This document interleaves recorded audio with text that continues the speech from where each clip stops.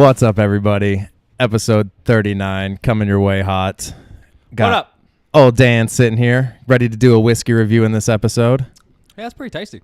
That's not bad, right? Yeah, no, it's not bad at all. So do you want to jump straight into that whiskey review? Or do you need a few more sips? I mean... My uncle loves your whiskey reviews, by the way. Which Was that I think Crow you knew. Dog? Yeah, Crow Dog. Okay, that's what I thought. He shows lots of love. Shout out to that dude. Dude, he is the man. I got it. Wait, hang on. I can't hear you. Yo. There we go. All right, give it a whiskey review. This is... Hi, everybody.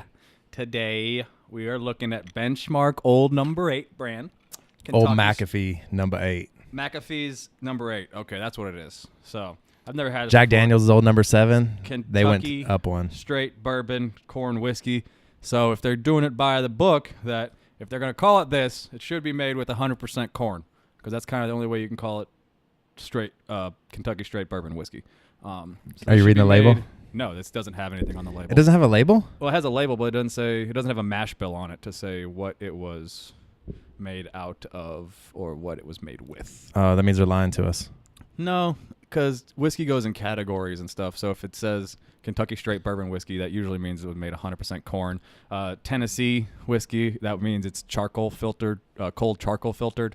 That's how like Jack Daniels and Dickel, they were able to like make their own type of What's that guy's whiskey. name? Dickel. It's like a Jack Daniels, Dickel. It's fucking delicious. It's like $17. It's a little cheaper than Jack Daniels, but it has that same like sweet Tennessee whiskey flavor to it. How much do you think this bottle cost? I hope it doesn't cost more than like $25. 12. Okay, good. Yeah, I was like, that doesn't cost that much. That's really good for $12 though. Isn't it? Yeah, Dude, hey, I'm a good budget shopper, bro. This might be number 1 on the list for a budget bourbon. It's pretty good. Like McAfee's number 8.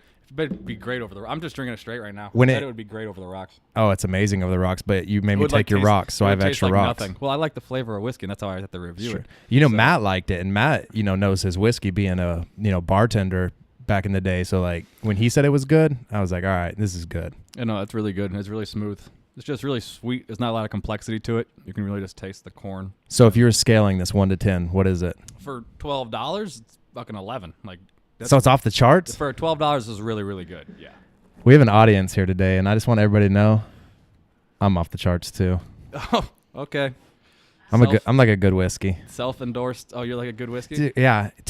Taylor and I were talking about this earlier. I said, if I don't brag about me, who's going to brag about me? I'm not sure. Does that? Because a I lot don't of know. legendary people are like, you don't have to tell yourself they're the greatest because other people will tell you. Like, Yeah, unfortunately, I'm not legendary, so I've got to, you build have my to own. brag about yourself yeah. until you become legendary. Like I whisper legends in people's ears and then see if they spread. oh, And that way, if it gets back to me, like, so have you heard? the tales of Stephen Dudley are pretty much a big game of telephone going on within Yeah. Logan Park. Yeah.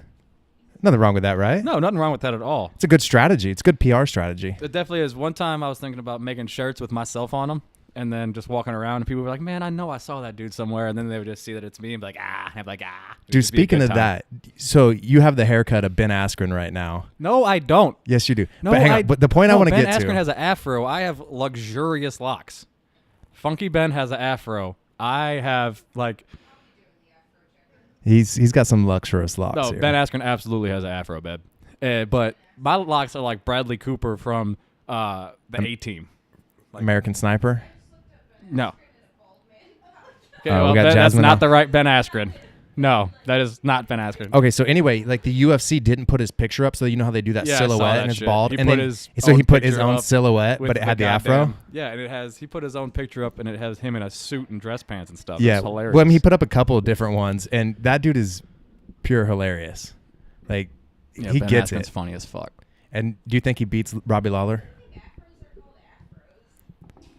We got an afro is it 'cause talk it's off African? mic here. Wow. So Wow. only black people can have afros? That's not fair, Jasmine. But does Ben Askren not have an afro?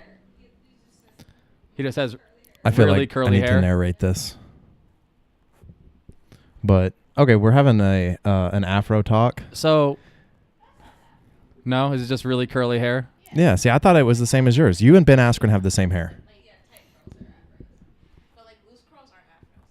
Okay. All right. You learn something new every day. Yeah. There you go. All right. I thought I Back on might- mic now, because if not, I'm going to have to do a lot of editing here. Okay. But Let's save me because I'm lazy. I guess Ben Askren has like that little Dicky loose hair, but it just seems tighter sometimes. I don't know. Lil Dicky, the rapper? No, some just random dude that I heard lives on Arlington Heights Road. Hey, dude, I truly believe that because like there's some You wannabe shouldn't- rappers you around shouldn't- here, You shouldn't believe that. 'Cause and there's they all one Lil Dicky. have Lil in front of their name. I could imagine another Lil Yeah, but Dicky there's running only around. one Lil. But why? Why would he? I'm not getting into this because you're gonna make some stupid ass argument just like you did last week about Fast and the Furious, and we're gonna talk about how there might be another Lil Dicky for 10 minutes when there clearly isn't. There's one Lil Dicky, and he sings fucking "Save That Money," and That's all a great that shit. song. That is a great song. Does it inspire you to save that money? Sometimes, yeah, but I haven't listened to it a long time, so it's an issue. No, not really. That when I thought about that and I was like, man, this is hilarious, but maybe I should take some advice here and save that money. Oh, it's definitely it's a good life concept. Have you seen the video of it where he's Yeah, like he's- going to people's cribs, knocking on the knocking door, and he's like, hey, can I borrow your Lamborghini to shoot my Yeah. music video? Well, he didn't do that. He just used people's houses, and then he went to Lamborghinis and was like, Oh, hey, that's what it I'm going was. to have millions of hits on this. Want to promote your cars? And they're like, absolutely. Yeah. And then bitches was like, you want to be in a music video? And bitches want to be in music videos. So What's that song with him and Snoop Dogg? Where I know Snoop that offers him a job or the flow is something. crazy. I can throw that amazing. I could be like, anybody fucking with Lil Dicky video? I'm shooting. It is. It's like saying the ABCs just to see which No, letter I you're know- looking for. No, I was singing a song. I know what song that is. It's at the end of it, it's like, I know your dirty ass wanted some head. You got to speak this into the mic so these listeners can I hear. knew your dirty ass wanted some head. That's what that lady said at the end of the song. I forgot what it was. Oh yeah, she goes, yeah. You want some, do you want we got tea, Earl Grey, head? her head. A sandwich? Wait, head? Did you say Yeah. head? I knew your dirty ass wanted some head. Yeah, that was a wild one. Lil Dicky, I mean, somebody compared him to Eminem the other day, and I was like, no way, you can't compare Lil Dicky to Eminem. I mean, just if you want to talk about like, it's just lyrical rap, and it's not talking about being like from growing up in like the hood and like doing gangbangs and shit. Yeah, but it's definitely not the same. They don't have the same flow, and they don't have the same style at all. Do you like rap when you're repping and doing Yeah. training and sparring? Like, does it get you in a good listen flow? to my playlist, dog. You know everything's on there. I do too, but like sometimes we're listening, to some classic rock and things like that. No, I like everything. That's why that playlist has like 250 songs on it now. So just whatever goes on, just goes on in there. The Yeah. other day we were listening to like Whitney Houston and shit. That was a good time. I made everybody listen to Demi Lovato too. We're cool for the summer. That was a good one. Dude, I feel so bad for skipping yesterday. Well, you should. That's what you get. I went and ran though, so I made up for it, right? Kinda. Okay. I feel guilty. Wednesday night was another great practice. Wednesday night was really, really fun. Yeah. Friday night was hard. Nothing better than getting punched in the abs and the legs during ab work, core work. I know, right? Yeah, that was fun. And then 200-pound, 50-pound men walking across you. Actually, I shouldn't fat shame Josh. He's not that heavy. And sorry, Steve, I'm not fat shaming you either. But I mean, he is 250 pounds of large human being. I know he needs to roll up on this podcast with us. Yeah, he does. He will one day. We probably should have actually invited him today because I don't think he was working. He just couldn't make it when we were originally going to do it yesterday. Right. But dude, he's got so much knowledge and like I appreciate the guy for got sharing some it with me. great fucking stories too. I guarantee it. Dude, he's a wild, like him and Matt, like Oh yeah, those dudes have some crazy stories. I know they do. yeah. Let's get into this shit. We got stuff to talk about. Let's do it. What do you want? We got fights. We got Cardio Kane versus Ngannou tonight. So, like last week, we can make our predictions. Dude, you nailed last week. Let's talk about that really quickly. You hit the main event on the head. Yeah. Did you? But you never texted me to like brag about it. You should have. Why would I need? I don't need to brag. I'm a goddamn genius and I know it. I don't need to brag to you about it just because you think someone's getting knocked out in a fight where nobody's gonna get knocked out. Clearly. I know, but that was that fight between Anderson Silva and Israel Adesanya is the one we're talking about. That was like watching a video game. I loved watching it. It was like watching Mortal Kombat. Yeah, I loved watching it. If you're a real fight fan, you saw that. Well, what I learned is I will still love watching Anderson Silva fight. That dude could still fight his ass off. Is he 42? At 42, I think he's like 42. You see his, like what I like to see when I watch older guys fight is do they still have that explosivity? Like do they still have the possibility to even hang with the young guys when the redlining of the heart rates go? And whenever he got across the stage and like across the octagon in like 2 steps for that flying knee. Whenever he had Adesanya, whenever he caught his leg, so it's like, oh, there's the old Anderson I saw. You see it. So Were you worried about he's going to be a little rusty for being 2 years off for 2 years? Not really, because he was fighting somebody that was just going to strike with him, and like that, he's just so good at that. And but I couldn't think of a more like terrorizing kind of striker to be in the octagon with than Israel Adesanya, especially if you've been a 2-year layoff. I can. Somebody like Rumble Johnson, like somebody like Adesanya is scary because if he reads you and he's just going to start picking you apart one by one, and eventually you're just not going to be able to handle like everything he's throwing at you, and he's going to catch you with like a knee or a leg kick or like a high head kick or something. Are you more worried about those guys with that one punch KO power versus the guys that'll just systematically pick you apart and absolutely, make your life miserable? The guys that can systematically pick you apart, you can do that to them too. And it's not like you can't do it to the guys that one punch you, but the guys that one punch you, when you make a mistake, it's the night's over. Yeah. You can't make a mistake against those guys. So that's why for somebody like Anderson going in there against 185, that going in there against somebody like Yoel, who will just hit you in the face one time and that's call it a night. And I mean, obviously, if you just take his wrestling out of it, he just hits so hard. That is scarier to me for somebody like Anderson than going and fighting somebody like that's just like him that might just break him down over a period of time. And if the fight did go 5 rounds, I think he probably would have got to him eventually. But it was always going to go 3. So I thought it would just go the distance. What do you think's next in line? Do you want to see Israel versus Kevin Gastelum for like an interim while Robert Whittaker's getting ready, or do you want to see the Gastelum Whittaker when Whittaker's not back? out that long, right? Well, he's only out for like 6 weeks. Yeah, but they said he can't do anything but walk. He can't train. He can't do anything. They said it was that severe. Like at first, I thought I think they thought it was like a hernia, and then it was like something with like his shit was like gut, coming out of his abdominal lining or something. It wasn't a good situation, that's for sure. So the report that came out is they said that he couldn't walk. All he could do was walk for the next 6 weeks. So like there's no training, there's no running. Who else is in that 185 division? There's Israel Adesanya Weidman, versus Kevin. There's would be a good one. Gastelum.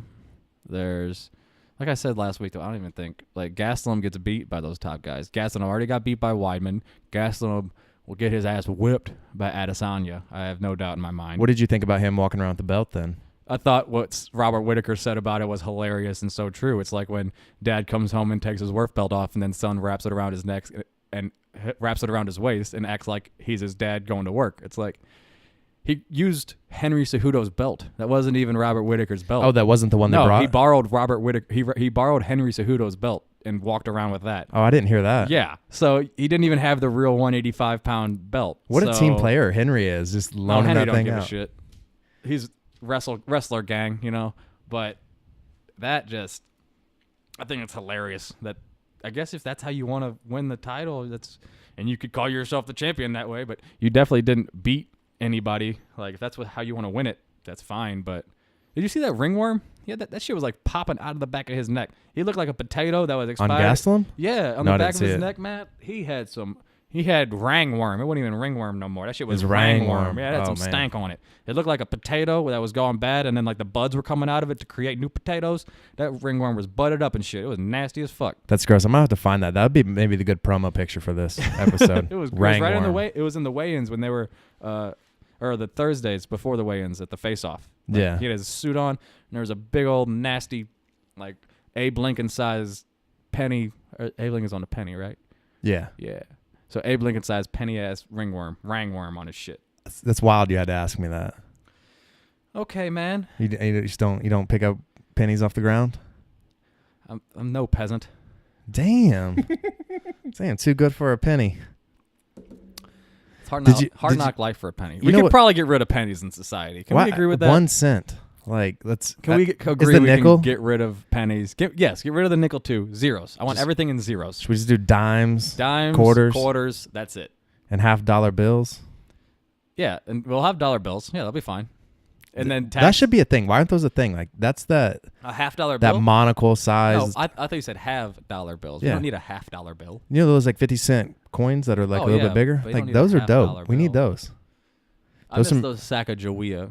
Or Sacagawea? Is that how you actually say it? Sacagawea? I don't know. I probably should know that growing up in Indian territory, but I do not know. Native territory, you racist, cisgendered, fucking white privileged piece of shit. All right, I'm busted. It's true point. You know, nobody hammered me on the Michael Jackson thing. Well, they were all wrong too. So I'm one of those guys. Like, if you're not against me, you're with me. So that means you're wrong. That's Michael's not the king of pop. This man over here. I'm gonna start a riot up in here. This guy. It's just not true. I mean, Dean's like, Pookie, let's burn this mother. I believe that like Hitler had a bunch of supporters too. Does that mean he was right? I mean, he was right for a long time. Apparently. Was he? There, guy. I can't say that. Was That's he? Bad. That's going too hard in the paint. No. No, Exactly. that's too Thank hard. you to rebuttal. Like, I can defend a lot of things, but I'm like, I don't know how to defend this. First of all, I know that this guy's full of shit because he's from can't. Oklahoma with OU. He's got a New York Yankees hat on, which I don't know how that correlates. Apparently, you just like winners, you fucking fair weather piece of shit. And then you have, I'm sure you like probably some. You probably like the Blackhawks too now that you moved here because they won. They probably won the. They won 3 Stanley titles, Cup when you probably moved here, right? So you just fell in love with them, probably something like that. Yeah.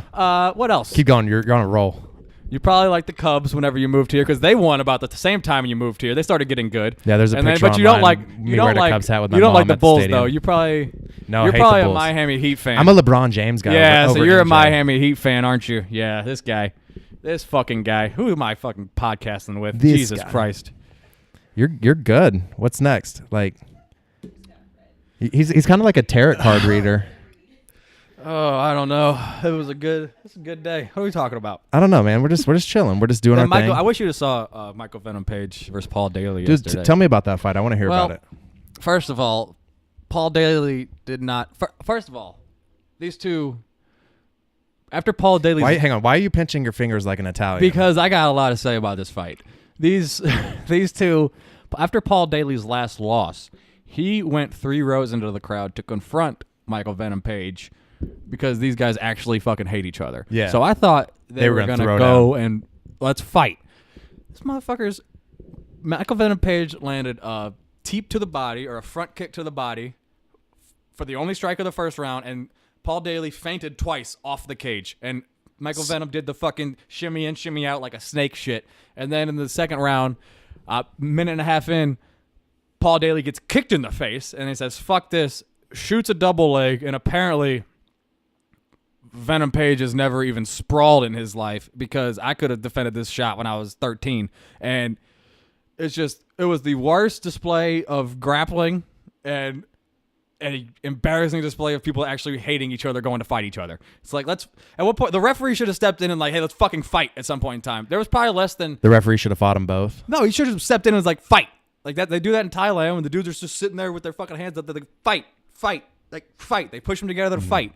Why did they should give penalties when people aren't, They absolutely engaging. should. I love the old pride rules. Whenever you're stalling, 10% of your purse goes to their dude next. You were telling me about that in wrestling. Like they're quicker now to give out stalling. College penalties. wrestling used to be so boring because they would just stall. Whenever they got on top, they give riding time, so you could just ride them. And then it was just, you got up by 3 minutes of riding time, you got the first takedown. Next thing you know, you won 5-2. And that's how national championships were won. But they just give so many stalling calls now, you can't do it. And that's why guys like Austin DeSanto are just pushing paces on dudes, and these guys are just going. Finish your MVP daily fight analysis, and then let's jump into a fan question that involves wrestling. All right, well, MVP and Daly, it was just embarrassing to watch It wasn't embarrassing to watch. It was exciting because you knew at some point in time if they did start to go at it, these are two of the most like dangerous strikers to go at it in MMA right now. So it'd be that's why it was Daly so has that anticipated. one punch. Daly hits in your so night hard, power. and Venom does so many things good. I picked Daly to win going in this fight because I don't think Venom's fought anybody worth a shit up to now. He's fought. Guys I'm in the same boat. he's Like fought that guys he knew caveman was guy, gonna that beat. was about it. That Rickles guy. Yeah, and I'm pretty sure he's getting old now. Yeah, he's getting older. But other than that, even in pro boxing, he's got 2 knockouts where they literally pick Polish farmers off the farm and is like, hey, you're going to fight this dude. Is that the most cliche saying when it comes to fighting? Like, oh, he's getting older. Like, well, no joke. He's not getting any younger. You know what I mean? Like, why do we say that? That's a terrible saying. I don't know why I say that. Like, yeah, he's getting older. Well, yeah, no joke. Well, because that's not true because your athletic prime is 26 to 32. So if you're getting older when you're 26, it's good. So if you're coming into your prime, like so it's a positive. It's a negative past that. At some point in time, it's just like it's like that. What's that yodelay yee-hoo game on Price is Right where they just go up and up and up, and if you get the price right, then it stops and you win all the money, but eventually you just fall off the cliffhanger. I haven't watched since Bob Barker. Cliff I don't diver, know. cliffhanger. I don't know, but It was the Yodel game, and if you guessed it right, I know you got Yodel all the Boy. prizes. No, that wasn't it. And you got all the prizes, but once you hit that certain thing, it's like 32 for some people, it's 38 for some people. Randy Couture was 50, and he was still fighting people, but everybody has it, and they fall off the cliff. So that's what we mean when people get older, because every once in a while you can't fight the same. So what happened in round 2 and round 3? Round 2, Paul Daly got kicked in the face a minute in and then said, fuck this, and shot a double from 3 feet away. No, actually, I think he pushed him up against the cage the first double he got, and he got a okay double leg, and then just kept him down for the rest of the round, landed some. Has anybody ever taken MVP down before him then? No, I don't think so. And definitely not kept him down, I don't think. Did he keep him down? Yeah, he kept him down for the whole round. Other than like the last 10 seconds, he kind of got up, kept him against the cage, and landed. He landed the harder shots. Probably the whole fight in the second round was when he landed a couple big shots against the cage when MVP was like sitting against the cage crumpled up. Yeah. And then that was the end of the second round. And then actually that's not the biggest shot. The biggest shot happened in the fourth round. I'll get to it. But the third round, Paul Daly pretty much just shot a double leg from 70 feet away that still he won the scramble and got Michael Venom Page down. He got that Khabib position where he got both of his legs pinched together and Paul Daly wrapped his legs around MVP's pinched legs, and he just kept him down for the whole round. Punched him in the face a little bit. There goes that round. So now we're 2 rounds to 1 Paul Daly. Then fourth round comes. I can just see your face. Like there's no excitement from this fight. It's so boring. It was just because it wasn't even like I love grappling. It's a great thing to watch, but this grappling was so bad. There were so many positions to where they both could have advanced, done some damage, done things. Yeah, and, like Venom could have gotten up so many times, he just didn't know how to do it. Paul Daly could have advanced positions so many times, he just didn't know how to do it. And it's like, dude, you're fighting on the main card of something of like the number 2, arguably number 2 or 3 fight organizations. Well, definitely depending on where you put. Yeah, one. I always put like UFC, Bellator, and then I have UFC's Bellator and one, and kind Bellator's of 1A one's or just so 2A, fun. 2B. One's number 1. One's getting better for me because their fights are more entertaining. I know, and they're stacking their lineup Yeah. like with some well-known, They're young Western kids. cultured fighters. They're young cats that want to go fight. Like Bellator is a bunch of old dudes now, especially in the heavier weights. But the other thing about one is they don't even really have any heavyweights because it's in Asia. There's Yeah. really a lot of small people. Well, they just need to come over here and then go more into Europe and stuff. Yeah. They'll find their heavyweights. Oh yeah, they'll find them. They got Brandon Vera, so they got one. They got a real legit one in that. Hey. Anyway, so fourth round, Venom comes out and says, "You ain't fucking taking me down no more." Lands I think Venom's knees are so effective is because he's so damn tall and skinny that he can literally, his knees are like a teepee. They just come to a point and they just get into Talking whatever. about that Native American teepee. I mean, that's the only teepees they make. Well, I can't say Indian. Well, you're right, but you did. They just like cut your guard no matter what you do, and he's really athletic, and he had Daly against the cage, and he just jumped, and Daly knew it was coming, and he was still able to split his guard, and he just smashed him with his knee. And after that, Daly was kind of on the defensive and pushed him up against the cage for some of the round, and then didn't really do anything. Venom clearly won that round. It was 2-2. And then going into the fifth round, it was just everybody knew it was whoever won that round was going to win the fight. So I guess for the listeners that if you're not following Bellator, that is the first round on the left side of the bracket. Grand Prix. Welterweight Grand Prix, and then he has to fight Douglas Lima in the next round. Getting Who did Douglas beat? Koreshkov. Oh, that's right. Who's also legit, who also would have smashed either of these dudes. We all know Douglas is legit with his Rory fight, even though Douglas he barely is a bad lost. motherfucker. Douglas Limas could come and get the UFC title. So there's one more first round fight, and that's Rory McDonald versus John Fitch, which all the OG UFC fans remember John Fitch. So this gonna be a little different. Rory should definitely win this because John's well past his prime, still dangerous. Rory, if he's John's not fighting been looking good Gegard, lately, though. Depends on But the winner fights Neiman Gracie. Because Neiman Gracie beat Ed Ruth, who's a bad mother from Penn State in wrestling. Ed Ruth's legit, but every fight in this tournament's 5 rounds, and he didn't have that. I don't think he's been in a 5-rounder before. Which is surprising because, that's not like wrestlers usually don't fall short in that category. Yeah, but the longevity part of a fight. Neither do jiu-jitsu guys.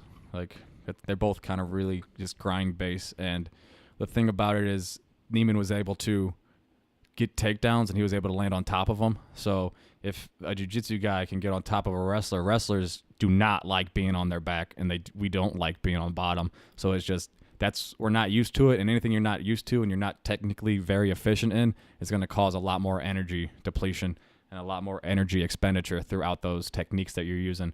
And Neiman on top is just a goddamn wet blanket that you just took out of the washing machine, and that's what he did. He just made Enruth really, really uncomfortable, got him tired, cooked them beans. I mean, Neiman Gracie went out there and Gracie Jiu-Jitsu proved that it is still very viable in MMA because he just went out there and did it like, we Gracies, and this is the way we're doing it. And he went and proved it against a really, really good guy. Did you ever watch those Gracie breakdowns on like when Henner is doing like him and Horion are doing like the police breakdowns, how like cops use like jiu-jitsu how you can win like 2-on-1 fights when you're trained and shit like that. Yeah. That's some pretty cool stuff. Henner is awesome, and he can also sell rubbers to a monk. Let me tell you something. Dude, he can that talk. Dude can sell any goddamn thing. I'm a fan of him. I think his jiu-jitsu is amazing. I love how he shares it, throughout YouTube and things like that. But let's get into the fan question. I was looking for it, but I think round, I Michael deleted Venom Page went out there, landed more shots. Paul Daly didn't do anything, and then Paul Daly bitched when he didn't get the decision. Michael Venom Page won. There you go. That's the end of the fight. Yeah. I mean, that was a tough one. So we had a fan question, but pertaining to wrestling, and I deleted it, but you wrote it down, so this is good because I was looking for it. Yeah, I got it. It was who? Dean came prepared. I got notes. Who's the more technical wrestler, Kyle Snyder or Abdul Rashid Sajalayev? And what's my thoughts on the rivalry of Kyle Snyder versus Abdul Rashid Sajalayev? Which, if you don't know who these guys are, Abdul Rashid Sajalayev is known as the Russian Tank. He is the next big thing in wrestling, and he's already arrived. He's going to be a world champion for the next 10 years, and if that's just the fact of the matter is because he's only 22 years old right now. And Kyle Schneider is, I believe, a 2 or 3-time national champion. From Ohio State? From Ohio State, yes. Lives in Maryland, but from Maryland, went to Ohio State, yeah. 2016 Olympic champion at 97 kilograms, and then 2017 world champion at 97 kilograms. He won those. I believe he's about 24, 25, so he won those, and he was 22, 23. Sajalayev is 22 now, so he won his first world championship, and when he was in 2015, 2016, I believe. So he won world titles when he was 18, 19. So you did some research, bro. Well, I knew all that beforehand, but who? Just to write it down, just in case. Yeah, and I just have a lot of thoughts on these guys because they're going to face up a lot, but I just don't think it's going to go well for one of them. Like the two most famous wrestlers, like, because I'm somebody who loosely pays attention. Like, there's two names like over the past 10 years that you always hear about, and Kyle Snyder was one of them, and Kyle Dake from Cornell, I think is where he's from, is the other when it comes to Olympic wrestling and things like that. Missing Jordan Burroughs, but okay. Well, Jordan Burroughs is number one, actually. Yeah, I can't. All I see is gold. All I see is gold. Jordan Burroughs is number Shout one. out for an Instagram handle. You can't leave him out. He brought You're American right. There's wrestling. 3. He brought American wrestling back. He's the reason American wrestling is where it is now. Damn, he's an inspirational guy. Like, Jordan Burroughs social media is the man. Yes. But yeah, Kyle Snyder is one of those guys, and then for somebody to ask your take, like when I saw that question, I was like, oh, this is a great question. Yeah, well, we got to break down the styles. When it comes to Kyle Schneider, he's very small. He wrestled heavyweight in college, and he wrestled 97 kilograms at Olympic level, which is like 217, something like that, I believe. So he was very undersized for the heavyweight division in college. But his style was he was always pressuring. He did not get tired, and he described it that he was breaking them down at the joints. Whenever I was That's a cool saying. Yeah, that's how I wrestled too, because I was 197 pounds wrestling 215 as a freshman. So like I was always wrestling bigger dudes. I hit my low singles and stuff that I was faster than them at, and I could tire them out. And he has a very similar style. I have a very similar style to what he did. He uses a lot of forward movement, and he loses a lot of pressure. He has probably the heaviest hands in the world when it comes to snap downs. He gets people so tired and he gets them so out of position with his snap downs that he's able to hit his low singles, and then he transitions to high C's. So he hits his low single. If he gets a low single, he breaks you down at the knee. If he hits his high C, he breaks you down at the hip. So that's where he goes when he's talking about breaking you down the joints. But the reason he wins so much is because he is so well conditioned, and he just pushes the pace. He never gets tired. He is the biggest momentum wrestler in the world at this point in time. Like when he gets points going, he just keeps piling the points on, piling the points on, piling the points on. He's not one of these guys that's going to sit on a lead. Like if he can't tech you, he's going to tech you. And that is great for folk-style college wrestling. But we're on the world scene right now, and they're wrestling freestyle, which is something he's never done. And that's why Sadulayev is this. Right now, they're 1-1 in their rivalry. And I don't think Kyle Snyder is going to get the best of this rivalry throughout the years. What's the ultimate deciding point on that? The thing is, when he beat Sadulayev won world championships at 86 kilograms. So Snyder was always the heavier dude, always the stronger dude, and he was always that going into the 2017 world championships. You could see that if you go back and watch the video, that Snyder is much bigger, especially in the lower half. That's where you got to look at wrestlers to decide who's the stronger guy. Snyder's lower half was so much bigger because he had about 10 kilograms on him, which is 22 pounds. If you look at the 2018 World Championships, Sadulayev is massive, and he's much taller. Schneider's a squatty body. So if you, he's a fire hydrant. Yeah, I was listening to the rematch, and the coaches for Kyle Snyder were constantly saying, move your feet to engage, move your feet to engage, move your feet to engage, because Snyder will heavily rely on that just heavy snap down, heavy head pressure, these clubs of hands he has to just tire guys out because he's so much bigger and can push the pace against them. But he's not able to do that when Sadulayev is so much bigger because he's taller than him, and Sadulayev can reach him whenever he can't reach Sadulayev. So he goes out without moving his feet, goes for a tie, which just leaves his front leg open. Sadulayev dives on the front leg, hooks him, and then drops him further back and eventually pins him. But what was so telling to me was that Sadulayev was able to keep him on his back for a solid 15, 20 seconds to get this pin through chaining pinning combinations together, which just tells me how strong and dominant he is when he gets on top of you. And we know this because he's pretty much only wrestled this world style of freestyle to where we get turns when we're on top and it's heavy pressure and we don't stop wrestling. We're able to clasp. That's the biggest thing in freestyle is you're able to clasp and get these turns. And I'm not even sure if I've ever seen Kyle Snyder turn somebody on top. Like, he's really not good at it yet. And Sadulayev turns everybody. He just, whenever people get on bottom, they just get turned. You could see him at world championships. He did it to Brabangov, who's this dude from, where did I write it down? I'm not sure if I wrote it down, but Ibragimov is a national time world medalist and a gold medalist when he went and switched countries and stopped wrestling under Russia, I believe. He teched this dude in like 3 minutes, and he also teched a world medalist from Cuba. Just once he got him down, he turns him. And how long are freestyle rounds? 2 3-minute rounds. Okay.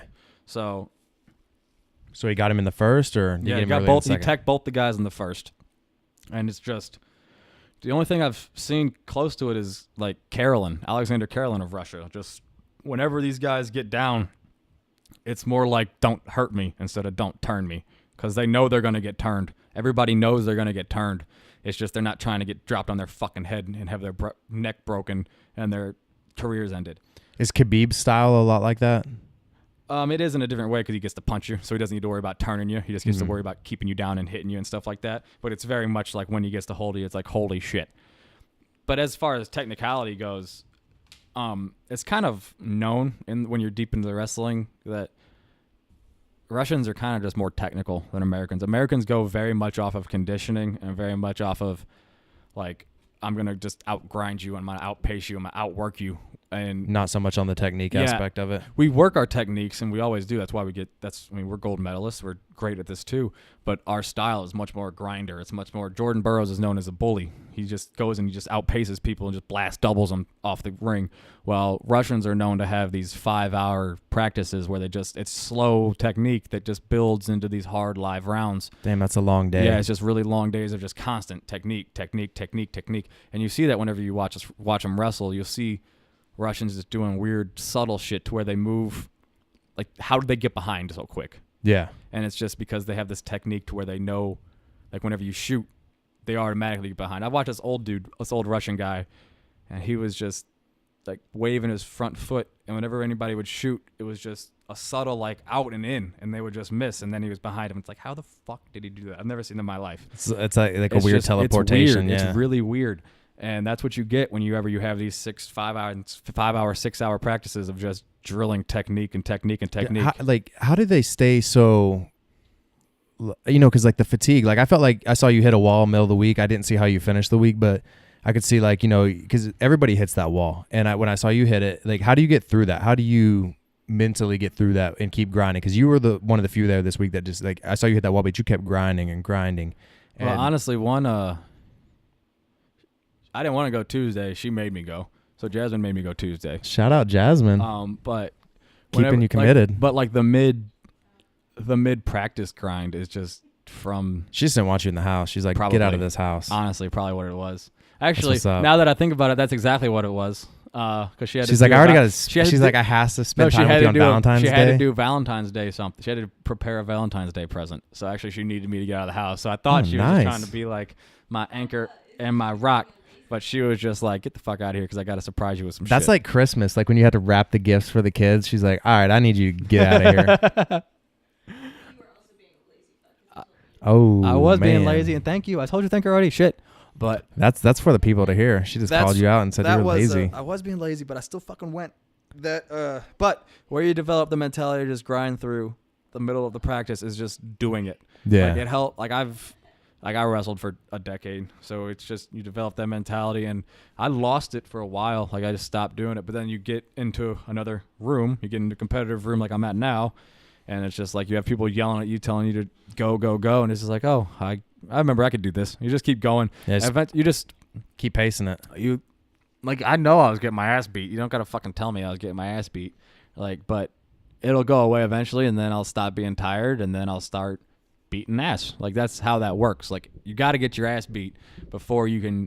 Do you feel like you learned good lessons during that period when it's like? Well, absolutely. You know it doesn't hurt as bad as you think it does. You know that you're gonna be fine in the next 5 minutes because that's one of the biggest things. Like when you work out with people that haven't worked out, or like whenever I was a personal trainer for a little bit, and they're like, "Oh, my heart it's just going. And it's like, yeah, that's what happens when you work out hard. Like it's going to keep going, but when you stop, it stops. Like your heart rate goes down. And then it comes back up. And it's just good to know that you're not going to fucking die whenever you get to 200 beats per minute or something. You can't stay there for very long, but you're not going to die over it. Like, it's not going to be a big thing. See, that's not a weird thing. Is like, my cardio is better than my technique. So, like, I can keep going, but it's going, doing the wrong things. You know what I mean? Yeah. You train with me, you know. Yeah. You're like, I wouldn't do that. And I'm like, yeah, I know. I just got punched right in the face. We did it during fucking drills. You're supposed to parry the shots. You don't have to laugh during this, bro. I had to stop the drill and be kind here. My mom might listen to this. I had to stop drilling because I was laughing so hard. You did. It was just. I forgot the combination. It was left straight, right hook, left straight. What I threw like right hook. No, left straight. You messed up, yeah. But then the next time when I threw it, I threw my left straight, and you just didn't block, and I just punched you right in the face. Yeah, I rolled. What was it? You threw left straight. I rolled left to straight to the face. I just punched you right in the face. I was like, dude. And I was like, yeah, that's on me. Dude, I took another one the week before and busted open the lip and stuff. Like, I love it. I don't know. There's something about like getting punched in the face that it's good for you. It is absolutely good for you. There is too many motherfuckers out there walking around that haven't been punched in the face, and that's why motherfuckers act like the way that they act. That's why there's internet trolls, and that's why one of the biggest fails we've had as a society is that we no longer drink from the skulls of our fallen enemies. Like, that would have been the biggest thing that would have ever kept us as a bunch of civilized, good, decent human beings.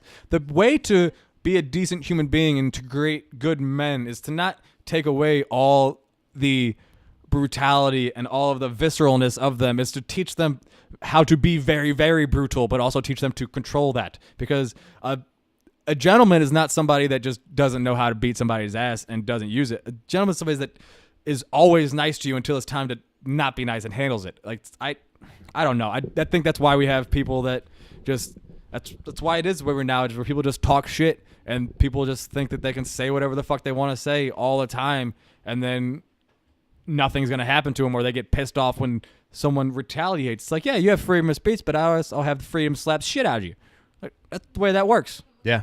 See, I've been reading Jordan Peterson, and Jordan Peterson is really heavily theorized on like that same thing. Like, you know, everybody has to know like the evil they can do to the world, but it's the good ones that can control it and then, you know, do nice things. And that's essentially what it is like people don't understand how like malicious they could be, and yet like I think that's where like training comes in, because like we can see the evil damage we can do, people don't understand that the people to be afraid of aren't the ones that know how to kill you efficiently. They're the ones that don't get their evil out and don't even acknowledge that their psycho is there. And then next thing you know, fucking 17 kids are dead.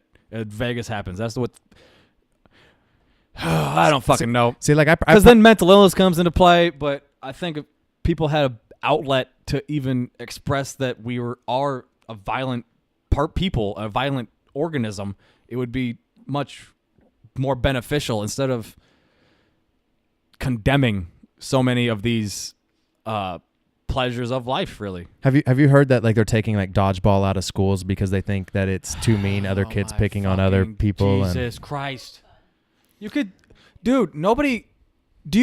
Everybody had those 7 kids in gym class that just didn't participate because they didn't want to do it. Yeah. Why are we acting like those fucking kids don't exist? Like, you're allowed to not fucking to do the things you don't want to do. We don't quit forcing people to do shit you don't want to do, but you don't take away fun things just because you sucked at it when you were 12 years old and you're tired of getting hit in the fucking face by a dodgeball. They made the ball softer when I was a kid and you couldn't even fucking throw them hard, so it took them away, and then everybody was getting hit. You didn't even know you were getting hit, and now you're taking away fun shit altogether. Next thing is going to be a world full of nerfed up pussies that don't even know that the sun gives you a sunburn and gets pissed off at the sun and then wants to sue it, but you can't sue the sun because it's up in the goddamn solar system. Dude, I've been waiting on that rant. I didn't even have to. I was going to instigate that rant, and I got it. I'm glad to know. But you know what I loved about dodgeball, truthfully? My favorite thing about it is you knew who your friends were and weren't at the end of each dodgeball match. Like, who had your back? Like, because, sometimes you end up on the opposite team as your friends. Like, you knew if you were homies or not.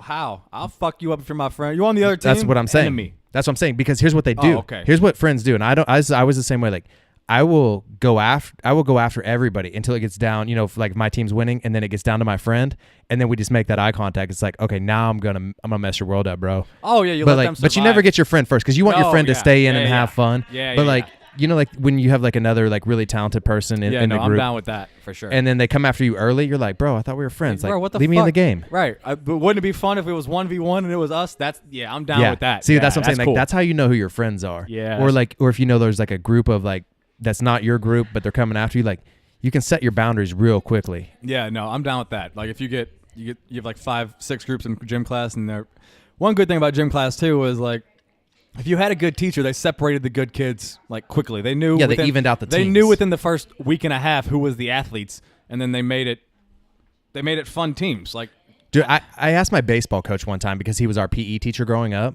And so like he's also our junior high football coach. And as we're getting into junior high football, and I asked him, I go, hey, how do you know where to put kids? Like what positions when you've never seen them play football before? He was like, I was your PE teacher for, 5 years. Right. He's like, I know who's athletic and who's not. Like, right. I know who should be quarterback. I know who should be on the line. I know who should probably sit the bench. Like he knew. And I was like, oh, this is good. Right.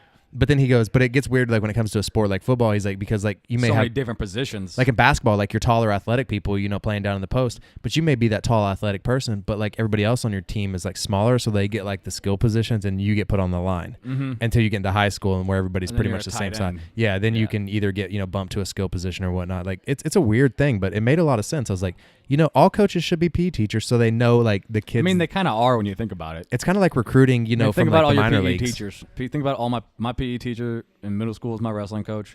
My PE teacher in high school was football coaches. Oh, okay. Yeah. So they kind of all do that because you have to coach, and at least in Missouri, you have to teach to be a paid coach. Right. Same in Oklahoma. So I think that's probably nationwide. Unless the only way to coach high school athletics and not like be a teacher or something is to be a volunteer. Yeah. Do you think you could be a PE coach? Could I be could I just be a PE coach? Like, I mean, you think you'd enjoy it? Oh no, I would hate those fucking kids. I think my PE coaches enjoyed it because they threw dodgeballs at us. Like, no, I had to do. There was something called. But they're nice. There was something called the A+ program, to where if you had to do like get over a certain GPA, and you had to do like community service for like 40 hours, and they would pay for like your community college in the St. Louis area, which is a great fucking deal. So we did that. I did that, and I did use it one semester. After when I came back, but my 40 hours of community service was 1 week. I stayed, and I was the like gym teacher for the fall like vacation station. You know how when on fall break, not all parents can get like babysitters and stuff, so they still drop them off at the school, and there's like there's days that the kids like just stay there and play, and some teachers stay there and they have volunteers like kids like us, and we just watch the kids and they play and they go to different stations and stuff. And I just stayed in the gym the whole time. And man, let me tell you something. Fuck them kids. Fucking kids are assholes. 1st through 5th graders are assholes. They could all. Can't say that. They could all. Do I need nope, to bleep can't that say out? Do I need to edit that? No, I was gonna say they could all kiss my ass and suck my dick, but you can't say any of that. But Well, now you said that, I'm gonna. I have was to edit going that. to say it. I didn't say it. I was going to. They could all hold these hands. There you go. Then catch these hands. No, they can hold them. They can't catch them because Okay, you can't hit kids. Yeah. That means you're throwing them hard. But if I just let you hold them, did Paul Felder just win? No, oh, no, like, that was, this is just I replays. was like, dude, Paul Felder's the man. Yeah, I love his breakdowns when he's commentating great, fights. Yeah. So let's just jump right into that. So last week, everybody, if they listened, they heard you say it was going to be a 3-round decision for Israel Adesanya in the Anderson Silva Adesanya fight. You nailed that one on the head. I said it was going to be a 2nd-round KO for Adesanya. I was wrong. So this week, the main event. Not only were you wrong, but Anderson won that round convincingly. Go ahead. Hey, you don't throw it in my face. All right. So this week or tonight here coming up. It's live as we're recording the card. We got Francis Ngannou versus Cain Velasquez. We know that fight's going to happen. We could talk about that. Let's talk about this fight. But hang on, I want to get to that. I want to run down from main to co-main because the Okay. co-main is James Vick versus Paul Felder. I just want to make sure we talked about that because that's a fucking because we banger. also need to talk about Kron Gracie making his UFC versus debut. Alex Caceres. Yep. And then to kick off the main card is a fight that I'm really intrigued by: Andre Fili versus Miles Jury. This is a good card for being. They're going to make ESPN cards bangers because they have to. And they have that Brian Barberina guy. If I remember correctly, he's the guy that beat Sage Northcutt when they thought he was the real deal. Remember that? Nice. So Yeah. I believe that's him. That was cute. So he's on that card. And then there's the other one on there is Cynthia Calvillo, which she's Team Alpha Cynthia Male versus Calvillo. Courtney Casey. I like watching Courtney Casey fight. I mean, yeah. She's a brawler. I like her. All the women are brawlers. Like, they throw I down. love watching these girls nowadays can fight for real. Like, I honestly kind of get sad when I don't see a women's fight on the main card because you always know that. Me too. Like, Especially 'cause 99% they're of the good. time they deliver. Yeah, they're good. So let's talk. We'll go co-main. Let's talk James Vick, Paul Felder I have been at lightweight. Well, James Vick's ranked number 10. James Vick is ranked ahead of Paul Felder because Yeah, I think Paul Paul Felder's Felder 14. he broke his forearms on a spinning back fist his last fight and hasn't fought in a while, so I don't think he's But he stepped up and been took that very fight on active. short notice. Yeah, so and it was at 170 too. Yeah. It wasn't at his natural weight of 155. So Paul Felder, what you need to know about him is he's a G. He actually asked to fight Khabib when Al Iaquinta came in, but the commission ranking thing, the yeah. commission said he couldn't because he wasn't ranked, and that's why the commission sucked dick because that means you don't know anything about Paul that was Felder. so stupid. Which nothing to Al Iaquinta gave a great showing too. He's a fucking savage too. Hang on, I'm allergic to the commission. I'm about to sneeze. All right, I'm good. I'm back. All right. Fuck it. So who is it? We were talking about James Vick, Paul Felder. Who do you got in that? I don't. You're being a little handsy with that mic, my Well, friend. it's just I don't really like James Vick. It's not. It's, his every fight he has just for me it just goes. Does he just have one of those faces you want to punch? No, I think he's a good fighter and stuff. I just don't. He's been forever. I've been every told I time- have one of those necks people just want to choke. Well, sometimes I just don't like you, so we can get to that if you want to. But it's just No, we don't have time for that. I don't know. It's just something about you sometimes. but fucking James Vick, he's been around forever. I feel like, and every time it's always like, oh, he's in line for a title shot, and then the next fight's just like, nah. And the next it's couple like fights that, is that like, prove nah. it fight. He can't get over the hill. Yeah, he just can't get there, and he beats the shit out of dudes he's supposed to beat the shit out of, and he has wars with guys he's supposed to have good fights with, and he's won some. I've seen him lose a bunch, but it's just every time they tell a story, like I think he trains out of his garage with his brother for a long time, and then he finally Sounds like a switched Joe bands. Lozon thing. But it's like, can you fucking go get a team somewhere and train to fight instead of trying to be fucking Rocky legitimately? This ain't a movie. But I think Paul Felder's gonna win.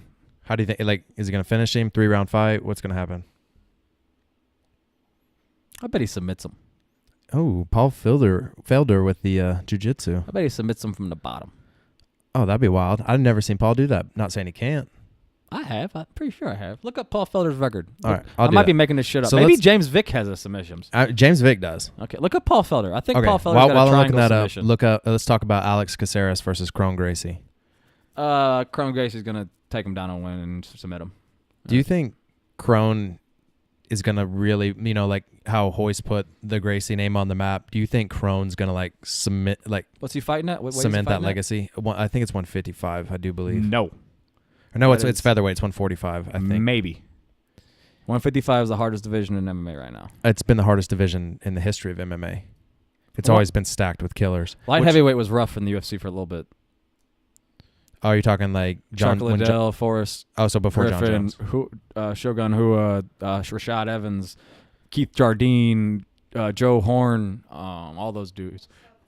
That was Joe Horn. He had over 100 professional fights. Joe Horn is an MMA legend that not a lot of people know about. He's so badass. Okay, so Paul Felder, his last fight, he lost to Mike 170 Perry. To Mike Perry. Yeah, in a 3-round decision. Broke his forearm. And then he lost, then the fight before that, he won by TKO over Charles Oliveira. Yes. In round 2. Fight before that, he beat Stephen Ray by TKO. And then the fight before that, submissions. Does he have submissions? I'm looking, man. I'm just reading you. Nope, they're all TKO wins. Oh, he had a TKO loss against Trinaldo. He had a decision win against Berkman. I'm scrolling down here. He's fought Darren Cruikshank and won he did. He won a submission in the 3rd round against Darren Cruikshank. It doesn't say which one, but that was in 2016. James Vick has submissions, I think Paul Felder's still going to wrap him up with the triangle. Fuck it. That's going to be good. So how do you think Crone wins? Oh, he's going to pull guard, and then he's going to work that fire guard that he has, and you're going to catch him in something. You don't think he's going to take him down? I mean, no. No. Dang. No love for the Gracies on takedowns.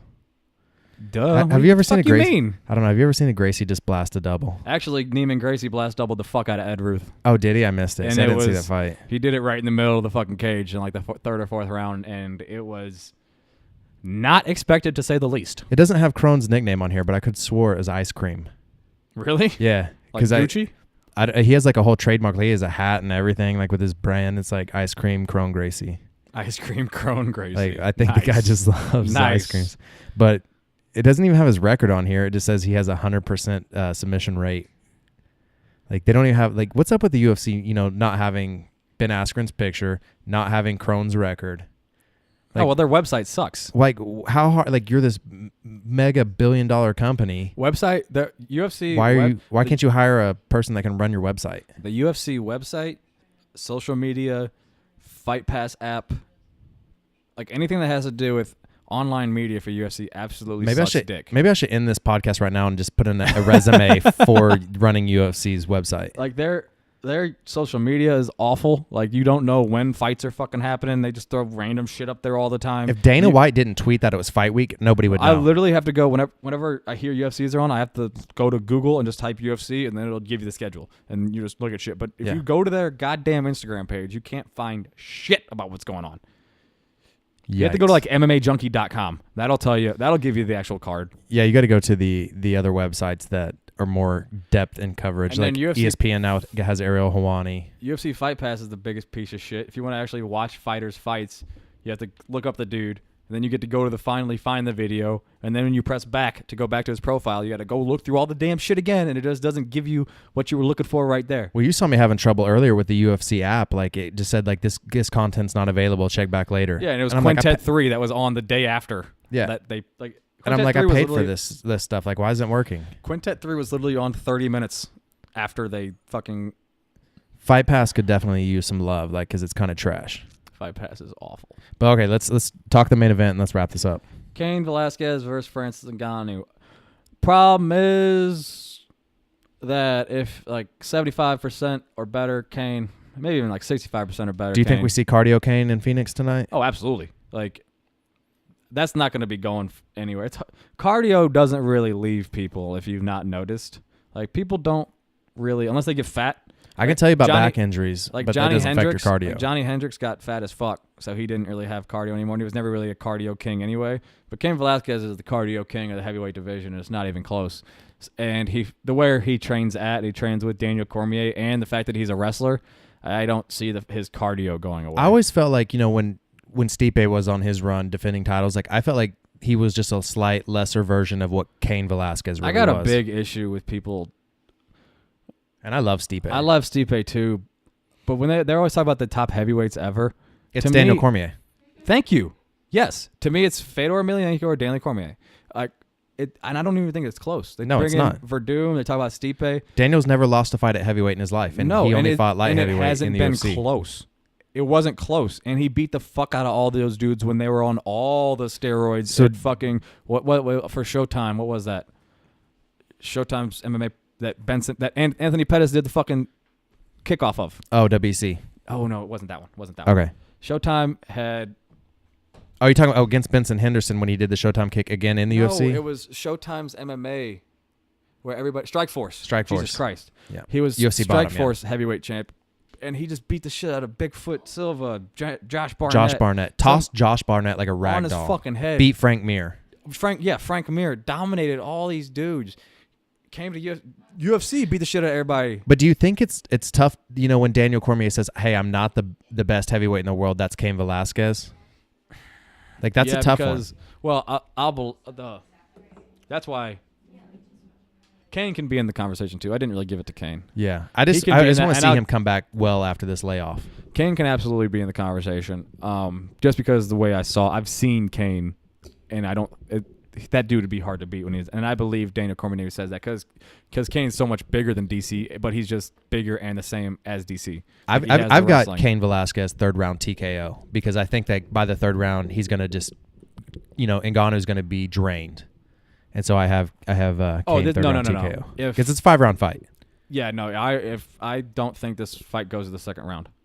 You think either Ngannou catches him or Ngannou's going to knock him out when he comes in? Because remember, JDS did catch him. Yeah, but the thing is, like, Cain ain't Stipe where he's going to, like, lay on you and shit. Cain will get you to the ground and punch you in the face over and over again. And then you get up and he's going to outbox you on the cage and then take you down and punch you in the face over and over again. And it's not going to be like Stipe where he just holds him down and, like, he only hits him when Herb Dean goes, "Work, Stipe, work," and then he throws a couple punches and then gets him down again. Like, Cain will, because Cain has way better cardio than Stipe. Cain doesn't stop. Cain has way better cardio than Stipe too. I like to call him all day because he just goes all day. Yeah, he will. I don't see this fight leaving the 1st round, and I think Francis has one shot to catch him. But do you think it's the first time he comes in? You think it's a TKO though? Because do you see Cain with that one punch power?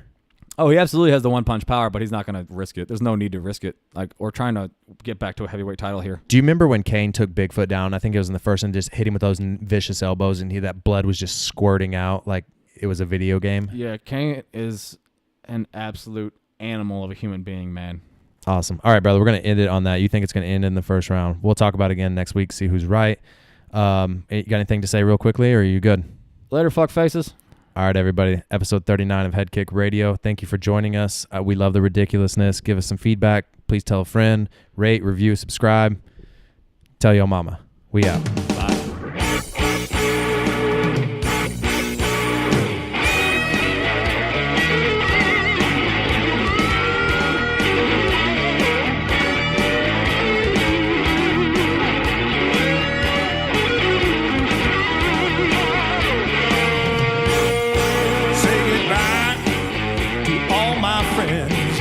Say hello to the stars above.